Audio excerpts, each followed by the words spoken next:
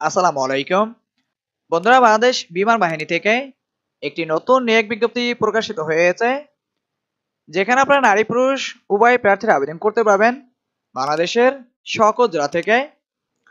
তো বন্ধুরা, এছাড়াও আরো কিছু যোগ্যতা প্রয়োজন, অর্থাৎ কি কি যোগ্যতা হলে আপনারা আবেদন করতে পারবেন বাংলাদেশ বিমান বাহিনীতে, সেগুলো এখানে চাওয়া হয়েছে।